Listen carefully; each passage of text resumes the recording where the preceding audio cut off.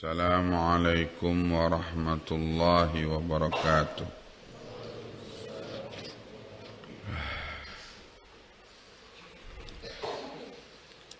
Alhamdulillah, wassalatu wassalamu ala rasulillah wa ala alihi wa sahbihi wa mawalah.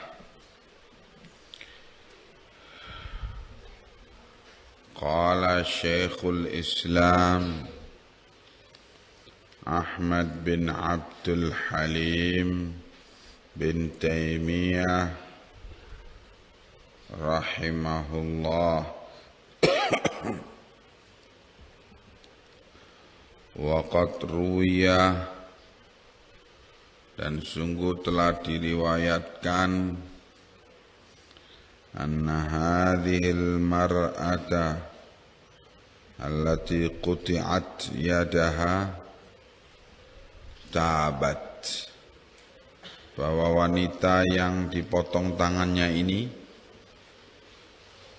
dari Bani Makhzum tersebut taubat dari perbuatannya mencuri. Taubatnya setelah dipotong tangannya. Wa kanat tadkhulu ba'da dzalika 'ala an-nabi sallallahu alaihi wasallam, dan setelah itu, setelah dipotong tangannya, wanita ini masuk menemui Nabi, fayaqdiya hajataha, kemudian Nabi menunaikan keperluan wanita tersebut, keperluan konsultasi dan sebagainya, keperluan nafkah. Faqad ruwiya, maka sungguh telah diriwayatkan, anna sariqa, bahwa si pencuri, idza taba, apabila dia taubat setelah dipotong tangannya akibat mencuri, bila dia taubat, sabaqathu yaduhu ilal jannah, tangannya mendahului dia masuk surga. Nah, tangan yang dipotong itu tadi. Wa illam yatub, dan kalau dia tidak mau tobat setelah dipotong tangannya, sabaqathu yaduhu ilan nari, tangannya mendahului dia masuk neraka. Wa rawa Malik fil Muwatta, Imam Malik meriwayatkan dalam kitab beliau Al-Muwatta, anna jama'atan, bahwa sekelompok kaum muslimin, amsaku lisson, menangkap seorang pencuri, liyarfa'uhu ila Utsman radhiyallahu anhu, untuk dilaporkan, liyarfa'uhu, untuk dilaporkan kepada Sayyidina Utsman bin Affan radhiyallahu anhu. Fatalaqahum Az-Zubairu, maka Az-Zubair ibn al-Awwam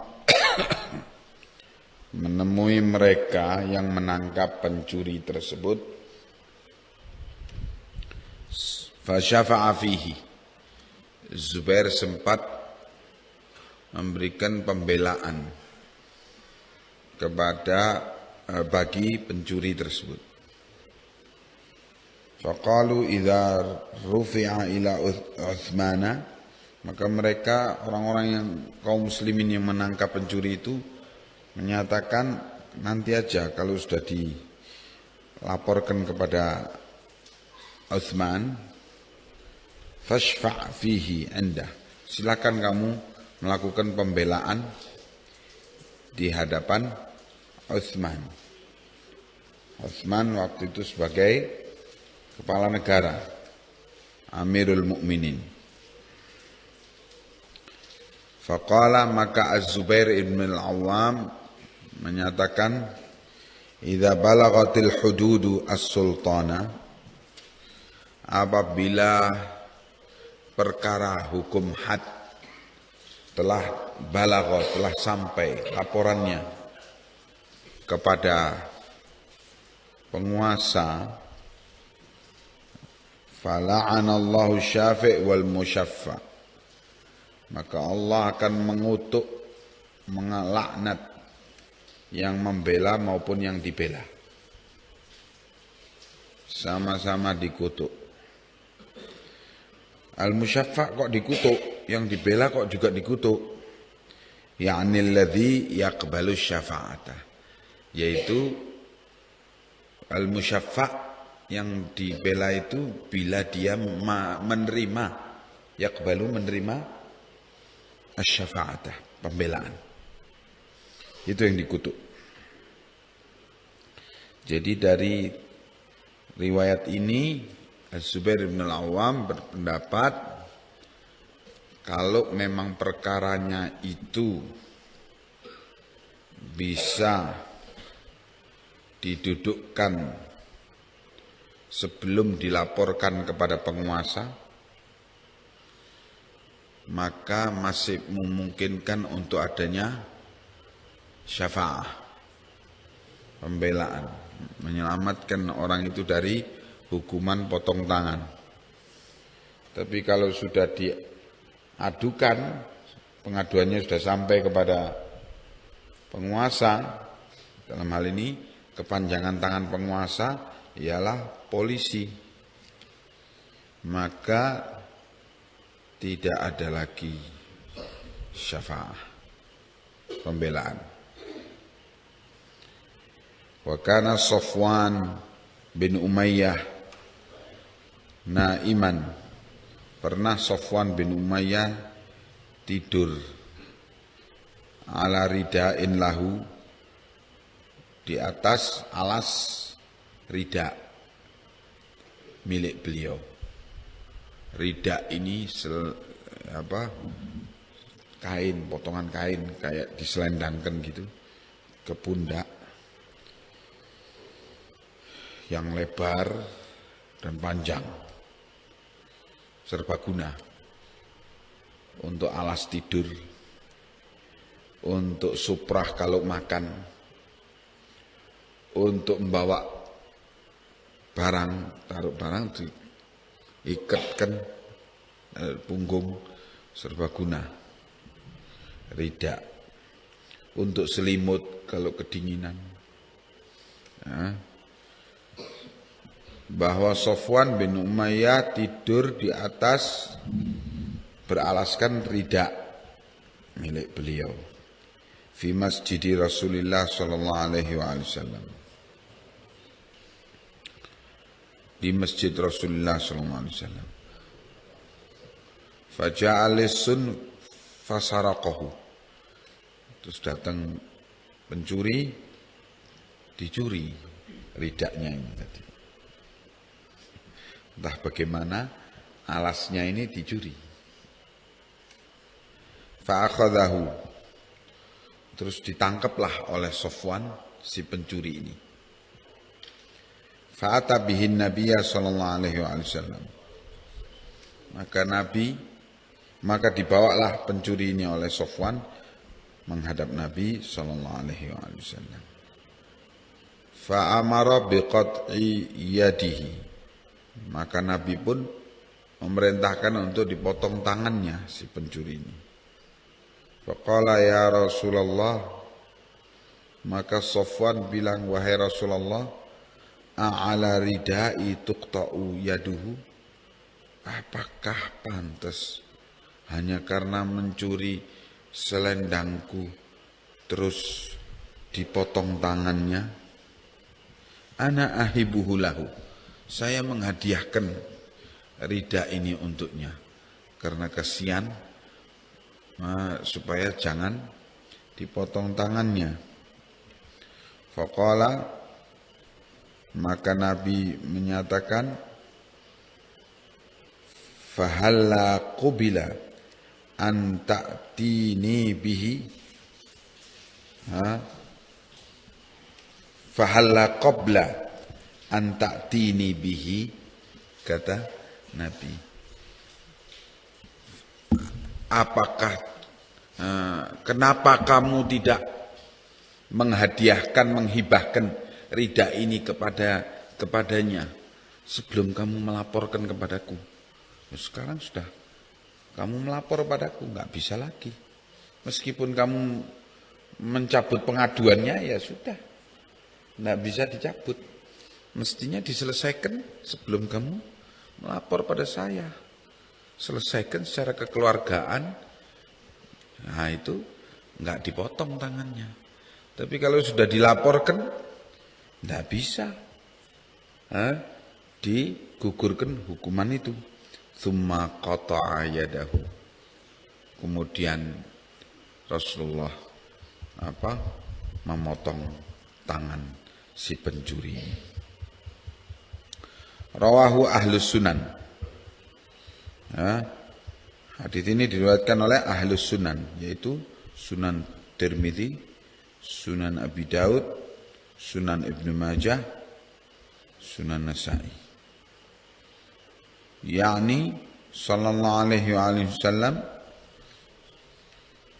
annaka, yang dimaksud di sini kata Syekh, Nabi mengatakan annaka law afauta anhu, bahwa engkau, hai Safwan, seandainya memaafkan si pencuri ini, qabla an ta'tini bihi, sebelum kamu membawa pencuri ini kepadaku, lakana, niscaya diterima pemaafanmu dan digugurkan hukuman, tidak akan dihukum. Fa amma ba'da an rufi'a ilayya, adapun setelah dilaporkan kepadaku, fala, tidak bisa dicabut pengaduan itu.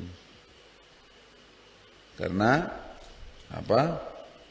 ini hukum had. Fala yajuzu ta'til al-had, maka tidak boleh digugurkan hukum had, ya. La bi'afwin, tidak boleh digugurkan dengan pemaafan si korban. Wala bi syafa'atin, tidak boleh pula digugurkan karena pembelaan. Wala bihibatin, tidak juga bisa digugurkan dengan pemberian hadiah atau penghibahan dari pihak korban. Wala ghairi dzalik, dan tidak pula dengan yang selain itu. Karena hukum dalam Islam itu ada 3. Hukum qisas yang pertama, yang kedua hukum had, yang ketiga hukum ta'zir. Yang pertama hukum qisas, hukum balas, bunuh dibalas bunuh.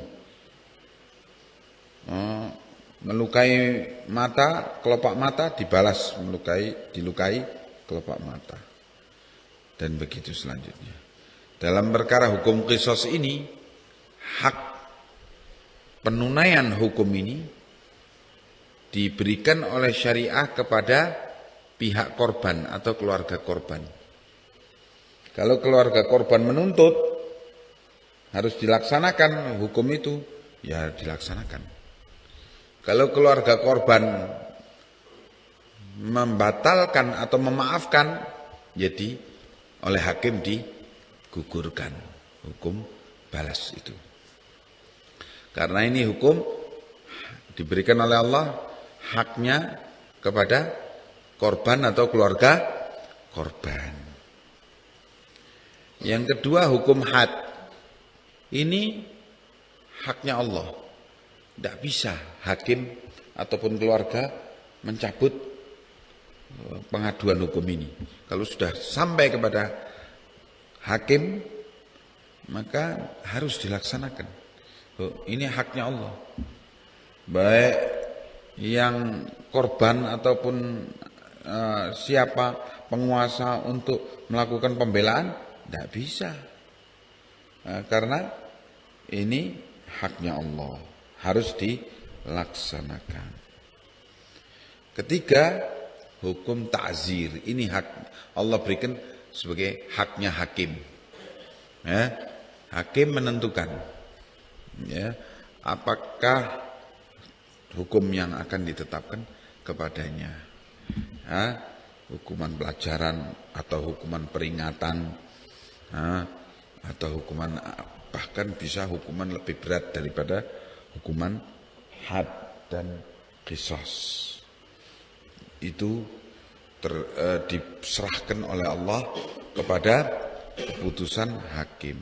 Dalam hal pencurian ini adalah haknya Allah, hukum had, maka harus ditunaikan dan tidak bisa digugurkan ke pelaksanaan hukum ini dengan pencabutan pengaduan dari pihak korban.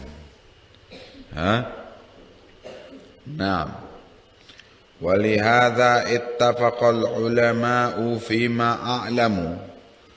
Oleh karena inilah telah sepakat para ulama fima a'lamu, sebagaimana sebatas apa yang saya tahu, kata beliau, ala anna qati'at tariq wal lissa wa nahwahuma, yaitu bahwasannya qati'at tariq, perampok, penjegal atau begal, wal lissa, dan pencuri, wa nahwahuma, dan yang semisalnya, semisal keduanya, idza rufi'u ila walil amri, apabila telah dilaporkan kepada penguasa, sematabu ba'da dzalika, kemudian pelaku ini taubat setelah dilaporkan, setelah ditangkap, dilaporkan terus taubat, lam yasqutil haddu anhum, tidak bisa gugur hukum had dari pelaku itu, tetap harus dilaksanakan. Bal tajibu iqamatuhu wa intabu, bahkan tetap wajib dilaksanakan hukum itu meskipun mereka taubat, pelaku taubat. Fa in kanu shadiqina fit taubati, maka kalau mereka itu shadiqin, jujur dalam taubatnya, kanal haddu kafaratan lahum, maka hukum had itu menjadi kafarah, penebus dosa mereka.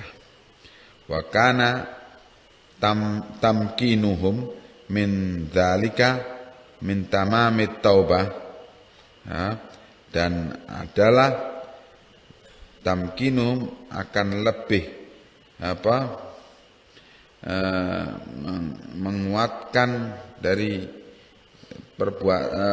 dalam perbuatan taubat itu, dalam rangka menyempurnakan taubat itu, ialah bimanzilati raddil huquq ila ahliha, dengan cara mengembalikan hak-hak yang dia ambil kepada pemiliknya. Wa tamkin min istighfa'il qisas fi huquqil adamiyyin, dan juga harus ditamkin, dipastikan min istifa'il qisas, dari istifa, pelaksanaan qisas dalam hal hak-hak adamiyin, manusia. Umpamanya dalam hal dia merampok terus membunuh korban, maka di sini berarti harus adanya qisas. Hakim bisa menjadi perantara untuk meminta keluarga si korban supaya memaafkan si perampok ini yang telah taubat itu.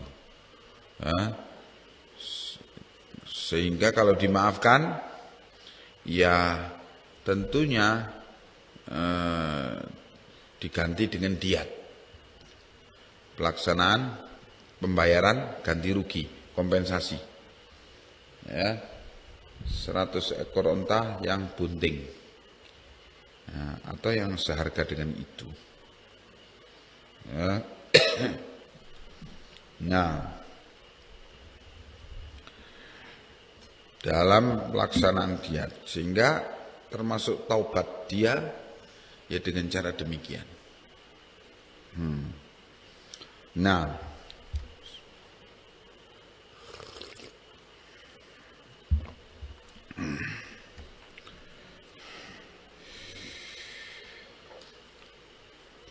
kalau hal ini, kalau yang dilaksanakan sekarang di Saudi, berhubung onta sudah jarang, ya seharga 100 ekor onta. Ketentuan mahkamah syariah, Mahkamatul Ulya di Saudi, itu 100.000 real diat itu, kompensasi untuk keluarga si terbunuh. Kemudian kalau si pelaku yang telah taubat ini tidak mampu membayar 100.000 real, maka si pelaku dipenjara. Kemudian negara mengeluarkan 100.000 real membayar keluarga si terbunuh, kompensasinya. Tapi pelakunya dipenjara sampai si pelaku ini bisa membayar 100.000 kepada negara, atau si pelaku mampu menghafal Al-Quran 30 juz baru dikeluarkan. Kalau dia mampu menghafal Al-Quran 30 juz dikeluarkan. Ya di penjara-penjara di Saudi disiapkan guru-guru tahfidzul Quran di sana, dalam hal tajwid, dalam hal ini, supaya para napi kalau ingin taubat itu syaratnya demikian. Itu pendidikan untuk pelaku. Nah, sehingga LP itu seperti madrasah tahfidzul Quran itu. Nah, sebab dipacu. Kau selamanya di sini, ambles kau di sini, kalau enggak menghafal Quran ya wes sudah di sini sudah. Karena syaratnya bebas ialah hafal Quran, ya sudah menghafal Quran terus. Lah karena diruqyah sama Quran terus, kepalanya, syaitonnya lari, mental bajingannya hilang. Nah, wahakala.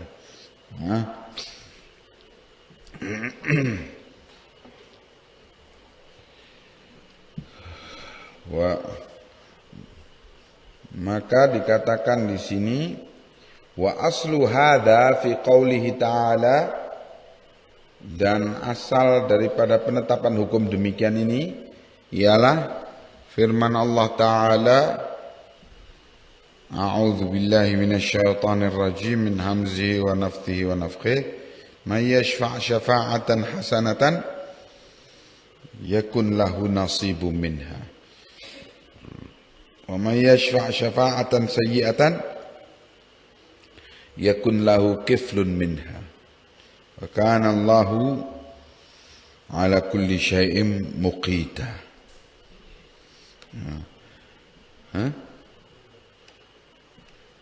Apa? May yashfa' syafa'atan, siapa yang mengajukan syafaat, pembelaan, hasanatan dengan cara baik, yakun lahu nasibum minha, dia akan mendapatkan bagian pahala daripada kebaikan tersebut. Wa may yashfa' syafa'atan sayyi'atan, dan siapa yang melakukan pembelaan dengan cara yang jelek, yakun lahu kiflun minha, dia akan dapat bagian daripada kejelekan itu. Dan Allah Subhanahu wa taala adalah Maha membalas perbuatan orang-orang yang berbuat dengan kebaikan atau kejelekan. Fa inna syafa'ata i'anatat talib hatta yasira ma'ahu syaf'an. Maka sungguhnya syafa'ah, pembelaan itu dalam pengadilan itu membantu sebagai bantuan kepada orang yang meminta, at-talib, yang meminta pembelaan tersebut, hatta yasira ma'ahu syaf'an, sehingga jadilah dengannya menjadi lengkap. Ba'da an kana witron, setelah sebelumnya witron. Witron sendiri, ganjil. Syaf'an genap, lengkap. Witron ganjil. Fa in a'anahu ala birrin wa taqwa, maka kalau pembelaan syafa'ah itu ialah membantu dia ala birrin wa taqwa, atas dasar perbuatan baik dan takwa, kanat syafa'atun hasanah, maka jadilah syafa'ah itu syafaat yang baik kalau dalam rangka membela dalam kebaikan dan takwa. Wa in a'anahu ala ithmin wa udwan, tetapi kalau pembelaan itu atas dasar dosa, atas perbuatan dosa dan melanggar hukum, ya, untuk mengotak-ngatik hukum syariah, ya, untuk membebaskan pelaku dari hukum Allah, maka kanat syafa'atun sayyi'atun, maka itu berarti pembelaan yang jelek. Wal birru ma umirat bihi, maka yang dikatakan al birru, kebaikan itu ialah yang diperintah oleh syariat, ya, segala yang diperintah oleh syariat itu adalah termasuk kategori al birru, kebaikan. Wal ithmu ma nuhiyat anhu, sedangkan yang namanya dosa ialah apa yang dilarang oleh syariah.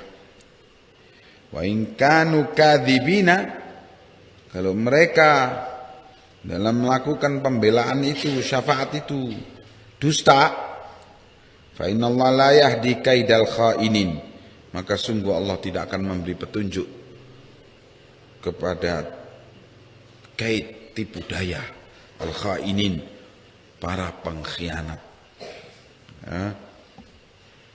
Wala takun lil khainina khasima, janganlah, kata Allah, engkau menjadi pembela terhadap para pengkhianat.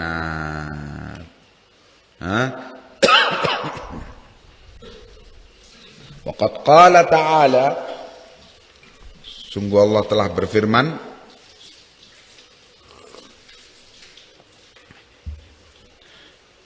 innama jazaa'ul ladzina yuharibuna Allah wa rasulahu, hanyalah balasan bagi orang-orang yang memerangi Allah dan Rasulnya, wa yas'auna fil ardi fasadan, dan mengupayakan di muka bumi kerusakan, balasannya ialah ayyuqattalu, untuk dibunuh, au yusallabu, atau disalib, au tuqatta'a aydihim, wa arjuluhum, atau dipotong tangan dan kaki mereka min khilaf, dengan berbeda. Jadi kalau dipotong tangan kanannya, maka kaki kirinya yang dipotong. Itu min khilaf maksudnya, silang. Kalau dipotong tangan kirinya, maka kaki kanannya yang dipotong. Jadi tangan dan kaki dipotong, tapi dalam bentuk silang, min khilaf.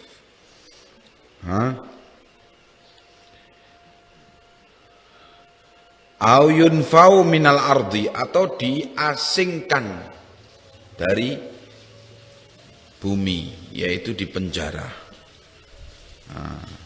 Dzalika lahum khizyun fid dunya. Demikianlah bagi mereka ini kehinaan di dunia, bagi orang yang memerangi Allah dan Rasulnya, dan bagi orang yang yas'auna fil ardi fasada, yang membuat kerusakan di muka bumi.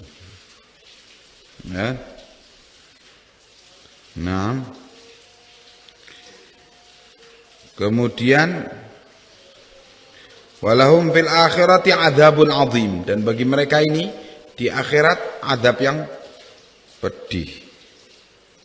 Illal ladzina tabu min qabli an taqdiru alaihim, kecuali bagi mereka yang taubat sebelum kalian menangkap mereka. Taubat sebelum ditangkap.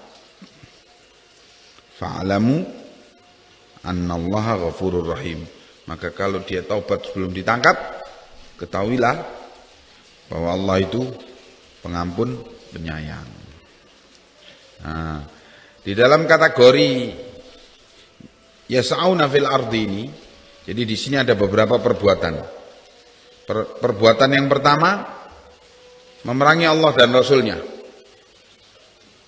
Nah, memerangi Allah dan Rasulnya, memerangi hukum Allah. Ya, hukumnya dibunuh atau disalib atau dipotong tangannya dengan menyilang, tangan dan kakinya menyilang. Perbuatan kedua, yas'auna fil ardi fasada, membikin kerusakan di muka bumi. Nah, di dalam hal ini para ulama menerangkan, para mufassirin dari salafus saleh, peminum khamr hukumnya apa? Dicambuk 40 kali atau 80 kali. Ya. Tetapi pedagang khamr, pengedar khamr, hukumnya termasuk kategori yas'auna fil ardi fasada, yang membuat kerusakan di muka bumi, yaitu dibunuh atau disalib atau potong dengan silang kaki dan tangannya. Karena membuat kerusakan, meskipun dia tidak minum khamr, tapi dia produsen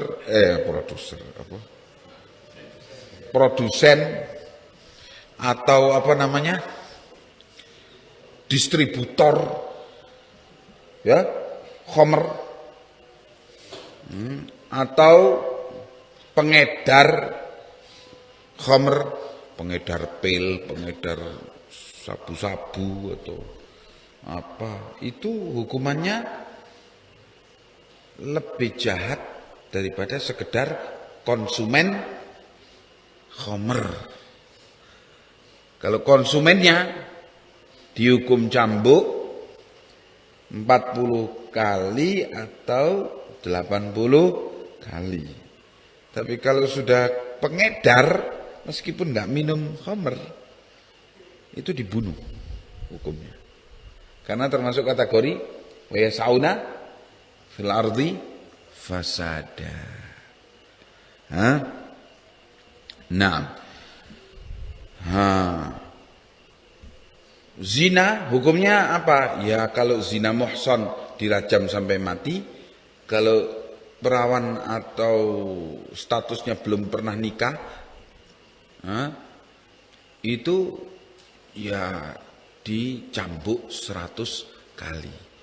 Tapi kalau mucikari, germo, itu dibunuh hukumnya. Ya, meskipun dia jejaka atau perawan, ya, itu dibunuh atau disalib atau dihukum silang. Begitu. Lebih keras hukumannya. Hah? Dan begitu selanjutnya. Berbagai kasus hukum itu kalau memang dia adalah sebagai yang menggerakkan atau sebagai istilahnya yang membuat kegiatan-kegiatan itu, ya tentu hukumannya lebih berat. Pencuri hukumnya potong tangan. Tapi kalau bosnya pencuri mempunyai anak buah maling-maling, dia bagian yang manajernya pencuri, hukum kalau ketangkep dibunuh. Tidak dipotong tangannya, dibunuh atau dipotong bersilang tangan dan kakinya. Begitu selanjutnya. Nah, karena termasuk kategori yas'auna fil ardi fasada.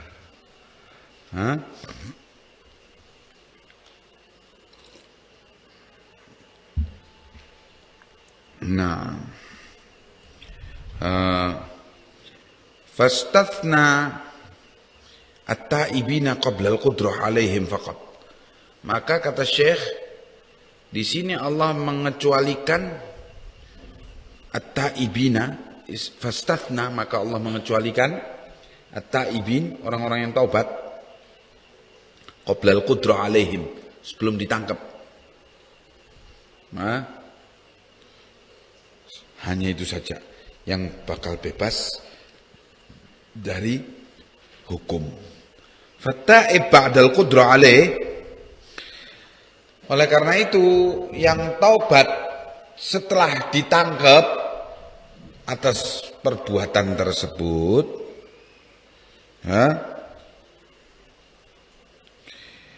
baqin fi man wujiba alaihil had, tetap berlaku pada orang yang diwajibkan atasnya hukum had.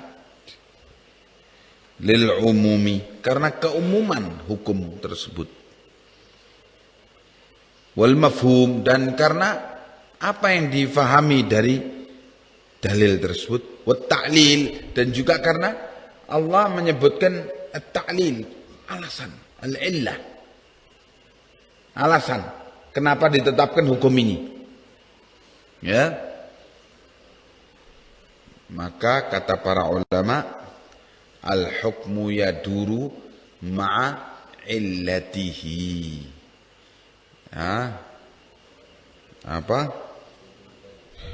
Wujudan aw adaman. Haitsu darat. Hukum itu akan beredar pada illatnya, pada sebabnya. Sebab ditetapkannya hukum itu. Sebab ditetapkannya hukum itu karena adanya perbuatan yuharibunallah wa rasulah, dan adanya perbuatan yas'auna fil ardi fasada, memerangi Allah dan Rasulnya atau membuat kerusakan di muka bumi. Itu sebabnya. Hukum itu beredar dengan sebab ini.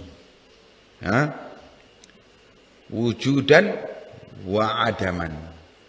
Apakah sebabnya itu ada ataukah tidak ada?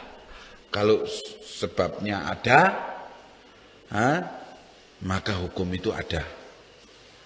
Sebabnya tidak ada, maka hukum itu tidak ada. Sebabnya ada, hukum tetap ada. Yaitu kalau orang itu taubat sebelum ditangkap, berarti tidak memerangi Allah dan Rasulnya, iya kan? Berarti tidak membuat kerusakan di muka bumi. Iya. Berarti hilang sebabnya. Nah, karena hilang sebabnya, hukumnya hilang. Hukum bunuh, hukum salib, dan hukum dipotong tangan dan kakinya bersilang itu. Ya. Nah.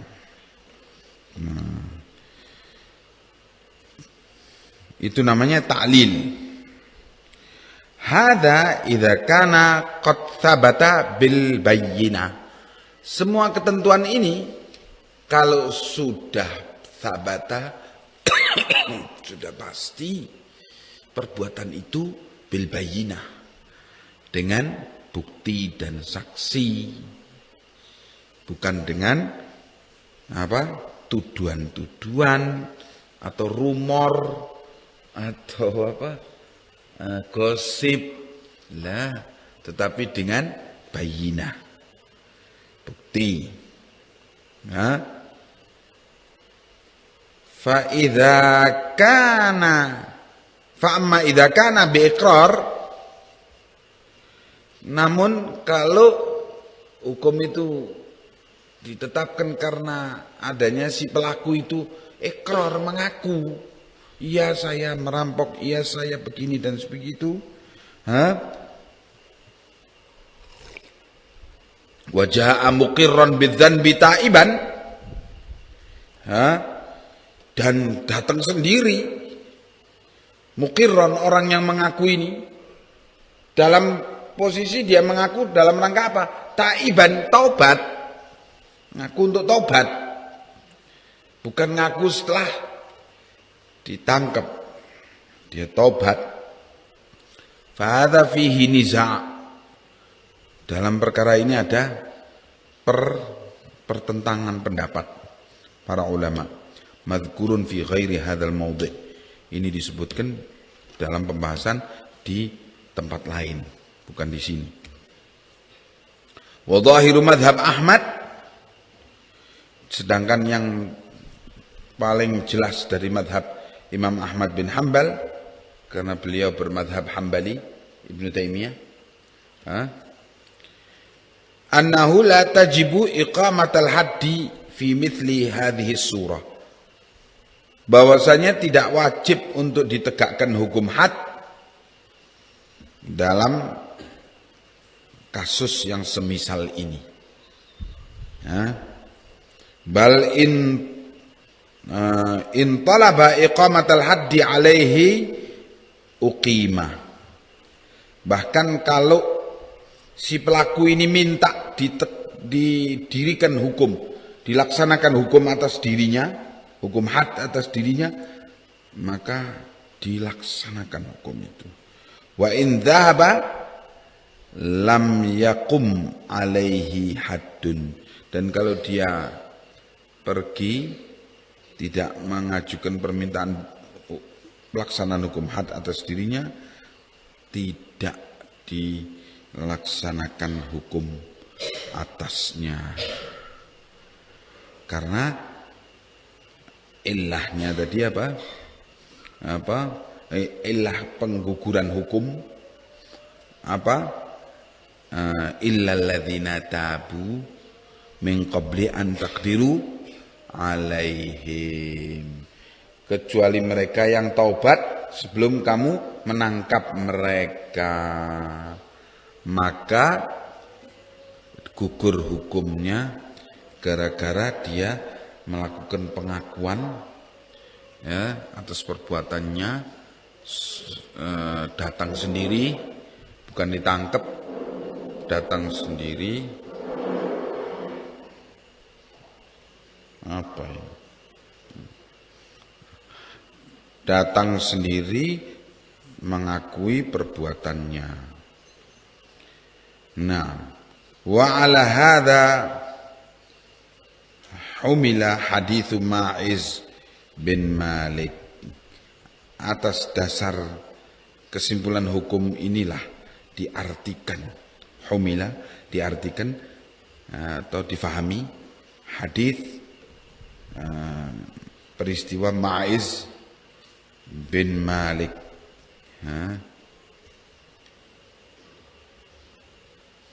Nah, Ma'iz bin Malik datang kepada Nabi, "Ya Rasulullah, zanaitu wa ana mutazawwij." Ya Rasulullah, saya berzina, telah berzina dalam keadaan saya sudah pernah menikah. Ya, Rasulullah melengos ke arah lain, dikejar lagi ke arah itu oleh Ma'iz. "Ya Rasulullah, zanaitu wa ana mutazawwij." Melengos lagi ke arah lain, dikejar lagi oleh Ma'iz. "Ya Rasulullah, zanaitu wa ana mutazawwij." Melengos lagi ke arah lain, dikejar lagi oleh Ma'iz. "Ya Rasulullah, zanaitu wa ana mutazawwij." 4 kali melakukan pengakuan. Nah, setelah 4 kali melakukan pengakuan, Rasulullah mencari bayinah dengan cara diperiksa. Coba kamu periksa apakah dia ini mabuk sehingga enggak sadar melakukan pengakuan itu. Periksa enggak, dia enggak mabuk, sadar. Periksa lagi, coba kamu pergi ke keluarganya, tanya ini orang gila atau bagaimana. Sebab kalau gila enggak boleh dihukum, karena pengakuan orang gila tidak diterima dalam hukum syariah. Periksa keluarganya Ma'iz bin Malik, oh enggak, orang yang waras. Keluarganya juga keluarga waras. Sebab kalau turunan gila mungkin saja dia gila. Mungkin saja. Jadi beberapa kemungkinan itu dipastikan oleh qadhi sebelum memutuskan satu vonis. Ternyata keluarganya juga enggak gila dan dia juga orang waras, maka Rasulullah perintahkan pelaksanaan hukum itu, yaitu lamma qala fa halla taraktumuhu. Maksudnya apa? Ketika itu Ma'iz bin Malik setelah dipastikan berapa proses itu tadi, itu Rasulullah mengajari Ma'iz supaya mencabut pengakuannya. Oh, mungkin kau tidak sampai timba masuk sumurnya, mungkin cuman engkau memegangnya. Enggak ya Rasulullah, timba telah masuk sumurnya. Rasulullah enggak bisa lagi menghindar. Terus berusaha Rasulullah memberi isyarat kepada Ma'iz supaya mencabut pengakuannya. Tapi Ma'iz tetap bersikukuh menyatakan pengakuannya berzina. Akhirnya setelah tidak ada jalan lagi, ya sudah, laksanakan hukum rajam, ditanam setengah badan, dilempari. Dan waktu dilempari, berontak itu Ma'iz lari karena kesakitan. Dikejar sama para sahabat, ditangkap lagi, diikat lagi, ditanam, lempari lagi. Sampai Ma'iz teriak lagi, tolong saya diberi kesempatan untuk berbicara dengan Rasulullah. Tidak dikasih kesempatan, sikat terus sama para sahabat sampai meninggal dunia. Hal ini dilaporkan kepada Rasulullah sallallahu alaihi wasallam. Maka Rasulullah menyatakan, "Fahalla taraktumuh?" Kenapa kok kamu tidak biarkan dia lari? Kenapa kamu tidak biarkan dia untuk berbicara dengan saya? Maksudnya apa?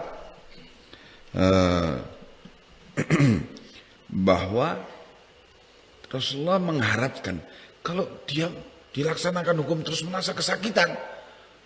Terus dia ngomong sama Rasulullah mencabut pengakuannya, ya gugur hukum itu. Gitu. Atau dia lari. Ya sudah biarkan lari. Kemudian mencabut pengakuannya, gugur hukum itu. Karena apa? Tidak ada saksi 4 orang yang menyaksikan timba masuk sumurnya itu. Hanya pengakuan dia semata. Lah kalau dia mengakui, ya sudah gugur hukumnya. Karena kesakitan, sudah, saya mencabut pengakuan. Itu gugur hukumnya. Maka Rasulullah menyesalkan para sahabat, kenapa kok kamu sikat terus? Seandainya kau biarkan kan bagus begitu. Wa hadithul ladzi qala asabtu haddan fa'aqimhu ma'a atharin akhar. Juga hadis lain menyatakan adanya orang datang kepada Rasulullah, ya Rasulullah, aku telah melanggar hukum had. Fa'aqimhu, maka laksanakan hukum itu kepadaku. Ma'atharin akhir, dan juga adanya riwayat lain. Yaitu diartikan semua itu ala hadza, yaitu atas dasar ini tadi. Apa? Bahwa kalau dia taubat atas perbuatannya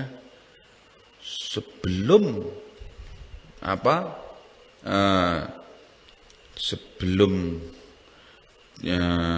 artinya hadis ini dikatakan kalau dia taubat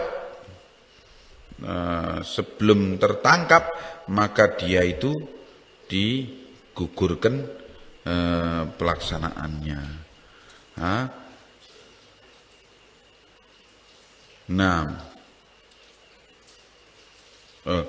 Jadi orang kasusnya ini bukan masalah buron. Kalau buron lain, tapi kalau kasusnya ini ialah orang yang datang sendiri, dia mengakui perbuatannya dalam rangka taubat. Maka dalam kasus ini Imam Ahmad bin Hanbal berdasarkan hadis-hadis ini tadi mengatakan karena tidak ada saksi, hanya semata-mata pengakuan dia, maka bila dia mencabut pengakuannya tentu gugur pelaksanaan hukum tersebut. Wa fi sunani Abi Daud wa Nasa'i an Abdullah bin Amr anna Rasulullah sallallahu alaihi wasallam qala, bahwa Rasulullah bersabda, ta'aful hududa fima bainakum fama balaghani min haddin faqad wujib. Ta'afu, saling memaafkanlah kalian al-hudud dalam perkara hukum-hukum had bainakum fima bainakum, di antara kalian. Selesaikan secara kekeluargaan kalau ada pelanggaran hukum had di antara kalian. Sudah adanya orang yang berzina, sudah tutup, sudah taubat, sudah taubat dengan cara meninggalkan perbuatan itu, taubat kepada Allah, tutup sudah, nggak usah kalian ribut-ribut. Selesaikan secara di antara kalian. Ada mencuri, sudah sebelum disampaikan kepada penguasa, selesaikan secara kekeluargaan. Ya sudah, yang pihak pencurinya mengembalikan curiannya atau pihak korban memaafkan pencurian itu, sudah selesai. Jangan jangan dilaporkan kalau memang ingin ta'afu, saling memaafkan. Tapi kata Nabi, fama balaghani min haddin, kalau sampai dilaporkan kepada aku dari hukum had itu, ya, faqad wujib, maka wajib dilaksanakan, meskipun yang lapor itu mencabut laporannya, harus dilaksanakan. Hakadha hukum Islam. Wa fi sunanin Nasa'i wa Ibnu Majah an Abi Hurairah radhiyallahu anhu Nabi sallallahu alaihi wasallam qal, bahwa Nabi menyatakan haddun ya'malu bihi fil ardi khairun li ahli al-ardi min ayyam turu arba'ina sabahan. Satu hukum haddun, satu hukum had ya'malu bihi, diamalkan dengannya, fil ardi, di muka bumi, kata Nabi, khairun, nilainya lebih baik, li ahlil ardi, bagi penduduk bumi itu, daripada ayam turu, daripada mereka dapat hujan 40 hari. Nah,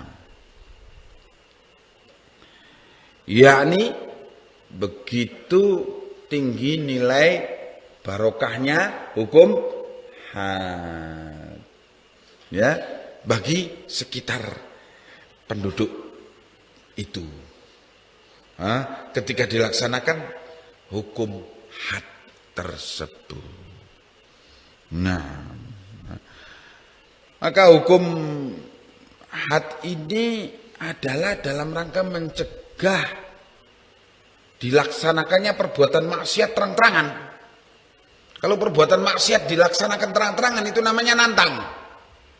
Oh, kalau nantang kita diajari oleh Islam, siapa yang jual ya borong saja, sikat aja. Kalau nantang, nah masalahnya ada orang yang berbuat sembunyi-sembunyi malu. Itu namanya masih punya akhlak, berbuat jelek malu, sehingga sembunyi itu masih punya akhlak, masih punya moral. Nah, yang sembunyi-sembunyi tidak boleh diintai-intai. Sembunyi-sembunyi kok nggak boleh terus diintip-intip. Umar bin Khattab radhiyallahu anhu, ya, itu pernah di masa beliau jadi khalifah, jadi Amirul Mukminin, kepala negara, malam itu inspeksi.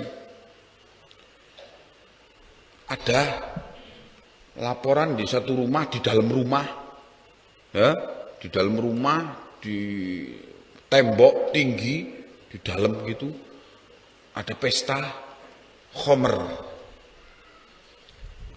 Orang-orang di Madinah di zaman Umar bin Khattab. Umar pun akhirnya datang ke rumah itu. Terus diintip oleh Umar. Didengar-dengar kan betul sedang pesta khomer. Akhirnya Umar loncat dari tembok itu masuk ke dalam rumah itu. Langsung memergoki mereka. Sekarang kalian tertangkap. Kalian bermaksiat kepada Allah, katanya Umar.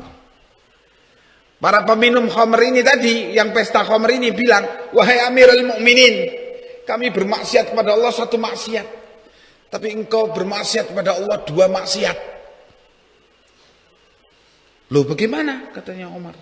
Iya, kau mengintai-ngintai kami, itu maksiat. Satu. Dua, kau masuk rumah kami tanpa izin, itu maksiat. Maka Umar menyatakan atubu ilallah, terus lari meninggalkan mereka.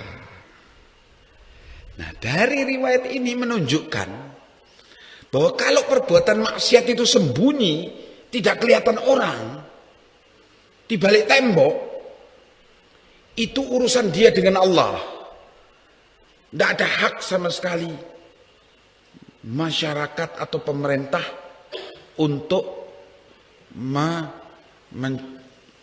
mencegah atau melakukan hukuman terhadapnya. Tapi kalau orang bermaksiat itu terang-terangan di jalan umum, di pinggir jalan umum, atau ini nantang namanya, minta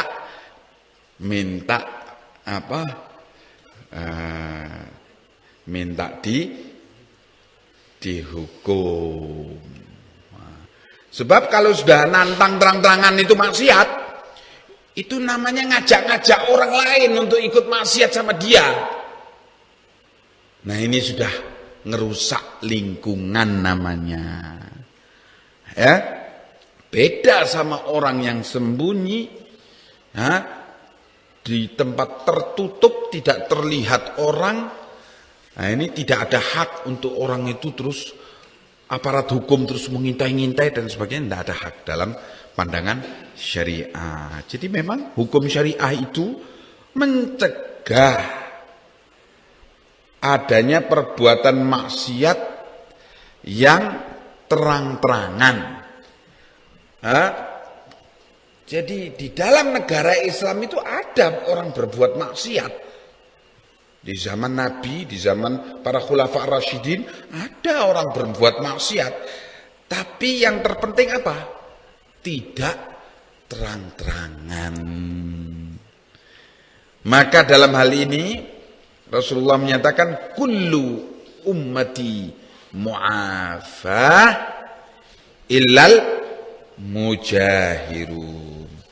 Semua umatku yang berbuat maksiat itu, semua orang Islam yang berbuat maksiat itu dimaafkan oleh Allah, kecuali yang terang-terangan nantang maksiat. Nah ini enggak dimaafkan, enggak diampuni oleh Allah kalau dia tidak taubat dari perbuatan tersebut.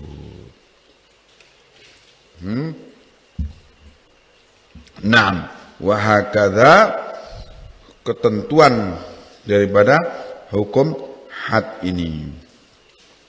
Iya. Kenapa kok begitu? Hukum itu kok mencegah tersebarnya maksiat? Diterangkan oleh Syekhul Islam Ibnu Taimiyah rahimahullah, wa hadza li'anna al-ma'asiya sababun li naqsir rizqi awil khaufi minal aduwi wal khaufi minal aduwi. Karena dengan perbuatan maksiat-maksiat itu, semakin meluas maksiat itu adalah menjadi sebab untuk semakin berkurangnya rejeki, semakin seret rejeki. Dan dengan banyaknya maksiat itu semakin membuat orang itu takut dari musuh, jadi penakut karena maksiat. Kama yadullu alaihil kitab was sunnah, sebagaimana yang ditunjukkan hal ini oleh Al-Quran was sunnah. Maka semakin banyaknya maksiat menyebabkan apa? Semakin seretnya rejeki, barokahnya rejeki semakin hilang, ya. Semakin orang mengeluh kesulitan rejeki, ekonomi semakin berat, angka kemiskinan semakin bertambah, meskipun angka kekayaan semakin bertambah.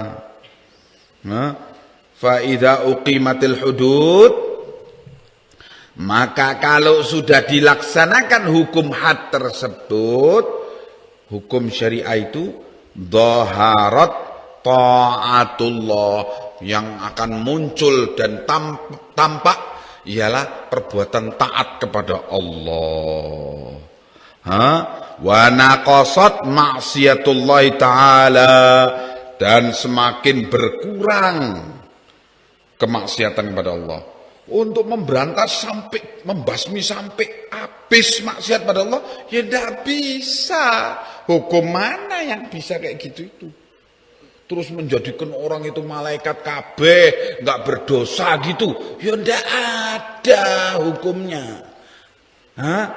Tetap saja ada maksiat, tetapi berkurang dalam skala pengurangan yang demikian drastis penurunannya, sehingga tidak berani terang-terangan orang maksiat itu. Sedangkan orang yang taat kepada Allah dengan penuh pede bisa menjalankan ketaatan, hati besar. Karena memang kondisi hukumnya mendukung untuk bikin orang itu besar hati, nggak minder untuk taat kepada Allah. Nah, kalau sudah begitu kondisinya, yang tampak ialah dominasi ketaatan kepada Allah, maka fahasalar rizqu wan nasru, jadilah rizki Allah itu gampang, ya, barokah, dan kemenangan itu akan datang dari Allah. Musuh-musuh Islam akan takut, minimal minder berhadapan dengan orang Islam. Sehingga belum perang musuh Islam itu sudah takut, sudah kalah duluan. Karena betul-betul memang kewibawaan Islam itu tambah kuat. Sesungguhnya disinilah inti kenapa musuh-musuh Islam itu takut dilaksanakannya hukum Islam di kalangan umat Islam. Meskipun mereka alasannya, masa kita ini harus menghargai heterogenitas dan sebagainya. Omong kosong tai kucing itu semua. Nah, bukan itu yang mereka takutkan. Yang mereka takutkan apa? Umat Islam ini menjadi umat yang taat kepada agamanya, kepada Allah. Kalau umat Islam ini mayoritasnya taat kepada agama Allah, kemaksiatan umat Islam berkurang, maka pasti Allah akan memberikan kemenangan kepada Islam dan muslimin. Lah itu yang mereka takut. Jadi karena hasad, kedengkian mereka kepada Islam, maka mereka tidak rela umat Islam ini taat. Maka umat Islam hendaknya mbok yao yang serawung, ada orang judi ikut judi, ada orang pesta khomer ikut pesta khomer, mbok serawung gitu. Ada orang yang bermaksiat ikut maksiat. Begitu maunya. Ya. Nah, ini kalau sudah begitu, kalian sama dengan mereka. Mutunya sama kalian dengan mereka. Allah berlepas diri dari kalian sebagaimana Allah berlepas diri dari mereka. Nah, kalau sudah begitu, mereka tidak ada rahmah terhadap umat Islam. Kufar, orang kafir, tidak akan punya rahmah terhadap umat Islam. Bila melihat gejala umat Islam lemah, mereka sikat. Tidak ada lagi rahmah. Nah, itu masalahnya. Barakallahu fikum. Ilahuna ya akhwan. Assalamualaikum.